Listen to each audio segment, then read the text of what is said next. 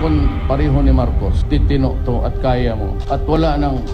ngayon, kung kaya ni Bongbong Marcos yung ginawa ng tatay niya, oo, mas maganda.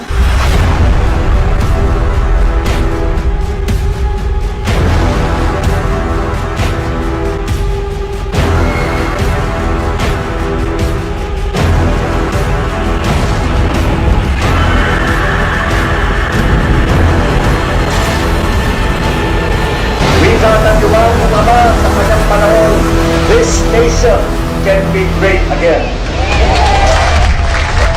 Para sa inyo, Amang Lingkod, muli tayong makakabangon tungo sa kadakilaan dahil ang mga Pilipino noon pa man ay siyang pinakadakilang bahay sa buong mundo.